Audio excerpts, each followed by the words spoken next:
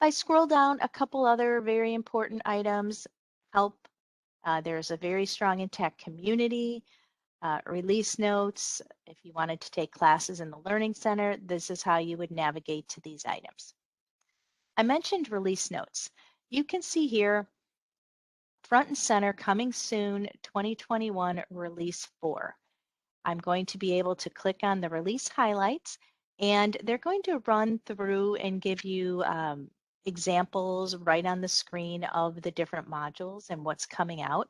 I can click on the release notes button here. Here's the highlighted, the high level overview. And if I click down below, you can see here, let's see, coming soon, the future and lists, user experience. I can click on a demo here. Or if I wanted to see about the vendor payments new cash management functionality, I can click on that here. So you're going to be able to refer back to these demo videos and any changes that exist.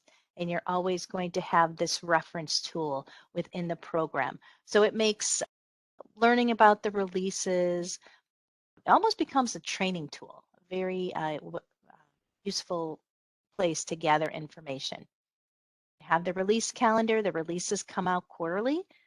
It's always going to be stated when these releases are going to come out.